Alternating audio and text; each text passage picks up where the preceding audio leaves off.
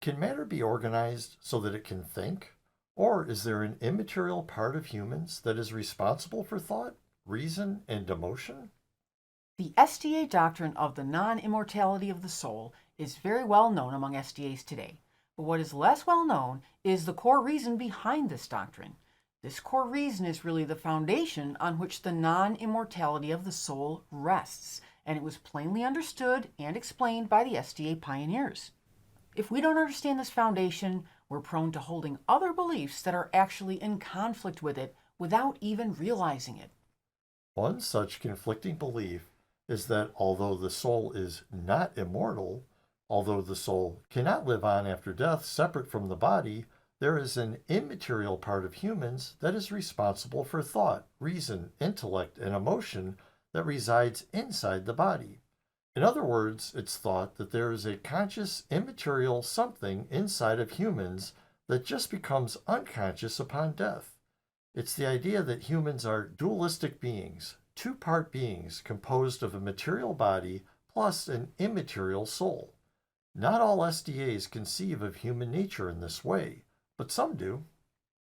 The pioneers, though, did not believe that humans are dualistic beings. They often wrote that humans are unit beings or unitary beings, singular beings made of matter with no immaterial part. We'll link to a video with a collection of these statements in the description. The pioneers believe that it is the body, and in particular the brain, that is conscious during life and that becomes unconscious upon death. Not that there's an immaterial part of us that is conscious during life and that becomes unconscious upon death. And a great publication on this subject is a pamphlet entitled Matter and Spirit by D.M. Canright. He argues in favor of the unitary materiality of human nature from a philosophical perspective, using logical argumentation and empirical facts. The content of the pamphlet originated as a series of articles by Canright called Can God Organize Matter to Think?, which James White published in The Signs of the Times in 1879. These articles might be a continuation of another series called The Personality of God, which was written by Canright with the direct assistance of James and Ellen White.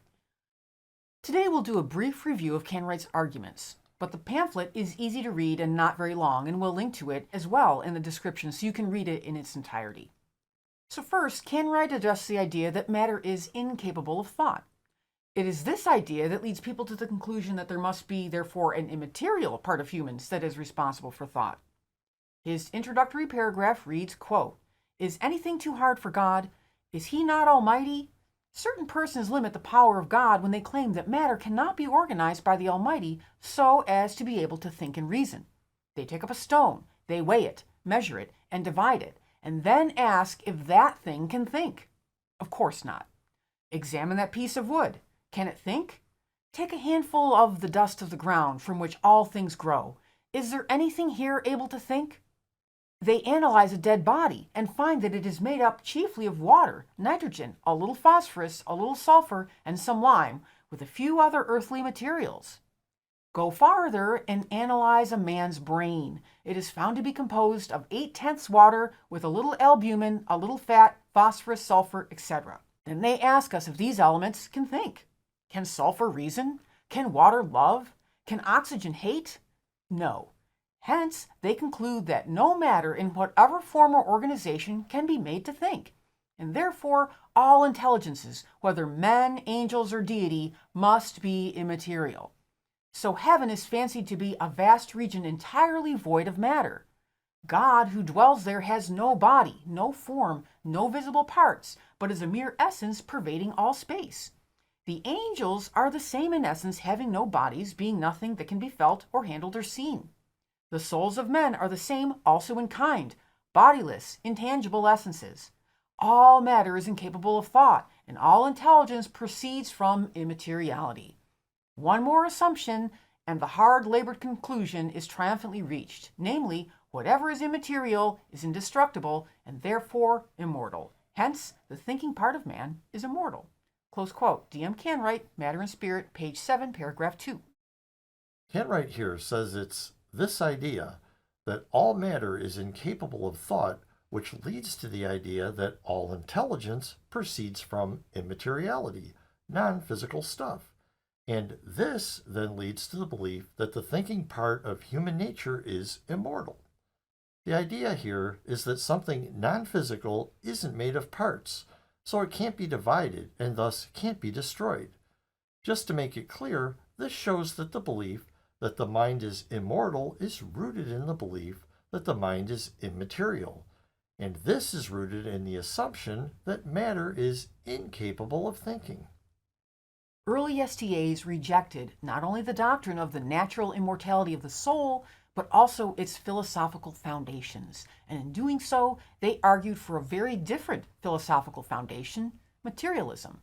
Materialism is the idea that everything is composed solely of matter. In other words, it says everything is physical or bodily, and that there is no such thing as non-physical aspects of existence. The materialist view of the mind is that it is simply the process of the physical brain. Since this is what the mind is, it's unavoidable that the mind ceases to exist once the brain stops functioning. This is the early SDA view. So in his book, Matter and Spirit, Canright addresses the claim that matter can't think, and he gives logical reasons why we should believe that God can organize matter to think. A key word here is organize. In what we already quoted from Matter and Spirit, Canright relates the argument of immaterialists that the brain can't think because it's made of earthly materials like water, phosphorus, sulfur, etc., and these elements can't think. But Canright explains that organization imparts new qualities and capacities to matter. He points out that, quote, a change of condition in matter does change its properties, so it is reasonable that by the organization of particles in the brain, thought may be produced when none of these particles separately could think. Close quote. For example, he points out that a kernel of corn, if sown into the ground, will grow into a cornstalk. But if that same kernel of corn were crushed down and sown into the ground, nothing would start to grow. Conclusion, that it is the organization of the matter in that kernel of corn that causes it to grow when sown.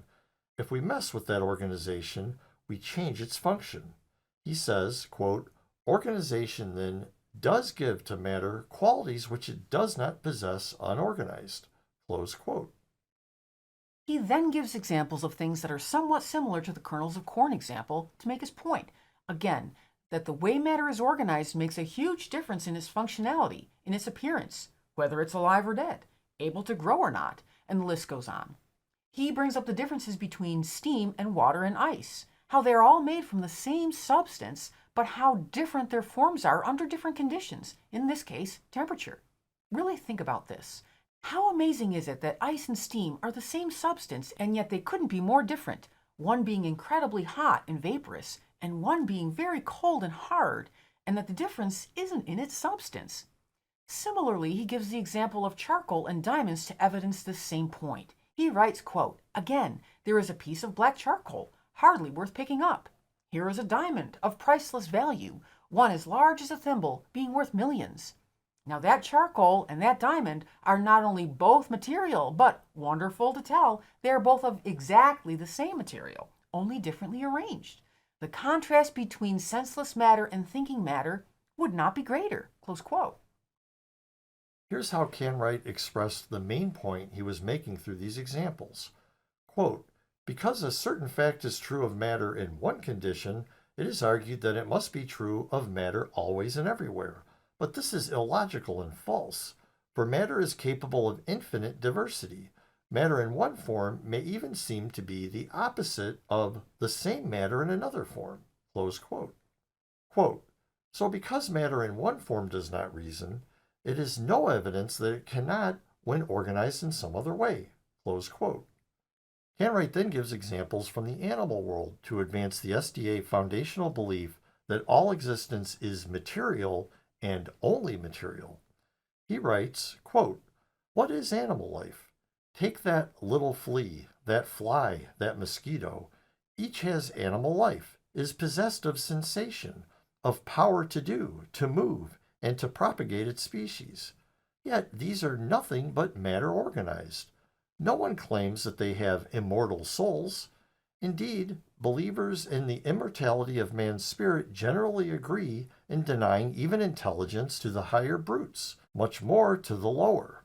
Now we ask them, and them are the opponents of the idea that matter can be organized so it can think, to tell us what animal life is. It is not reason. It is not intelligence. It is not an immaterial person, an intelligent, thinking being dwelling in all these fleas, flies, and gnats. No, they say it is simply animal life. Well, then gross matter can be endowed with life so as to move, eat, drink, propagate, etc. Close quote. Canright starts with small insects like fleas and flies in order to highlight that even though they are purely material, they manifest behaviors that, when manifested in humans, are popularly attributed to a non-physical aspect. And then he takes the next higher step in the animal world, beasts like dogs and such. Again, people do not generally think that dogs have an immortal soul, and yet it's clear through simple observation that dogs can think. So, if a dog can think, if a cow winces when poked with a pin, and they don't possess an immaterial part of them in addition to the material body, then it follows that matter can indeed be organized in such a way as to think and feel. Then, Canright takes the next logical step in the animal chain, humans.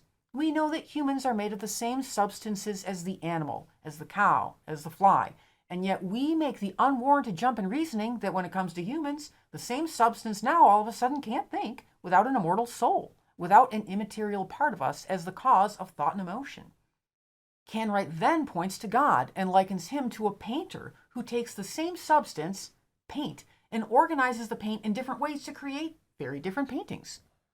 Canright wrote, quote, "With the same material, he, a painter, can paint a plant, a beast, or a man. Then cannot God do as much? Yes, we know he does, for we see it every day. Gather up promiscuously 100 pounds of vegetable matter, 100 pounds of brute flesh, and as much human flesh, and analyze them all. They will be found to consist largely of the same materials. Then, reader, it is the organization that makes the plant, the beast, or the man. Yes, sir, and it is the organization that makes the mind, which neither the stone nor the plant possesses." Close quote. In review, in his pamphlet called Matter and Spirit, Canright argues that thought is produced by the organization of our material brains, rather than by an immaterial soul or spirit. He doesn't simply address the doctrine of the immortality of the soul, but goes deeper into its philosophical foundation, the idea that the mind is immaterial or non-physical. Since the belief that the mind is immaterial is rooted in the assumption that matter can't think, Canright focuses on that assumption and shows that it is simply incorrect. He argues that we have every reason to believe that God can organize matter to think, and that organization is the key to how the same matter can take on new capacities, including the capacity to think. There's a lot to this topic, so if you want more, please check out the links in the description. Also, be sure to tune in for part 2 of this study, in which we'll explore more on Canright's pamphlet, Matter and Spirit. We hope you join us. Thank you for staying with us till the end.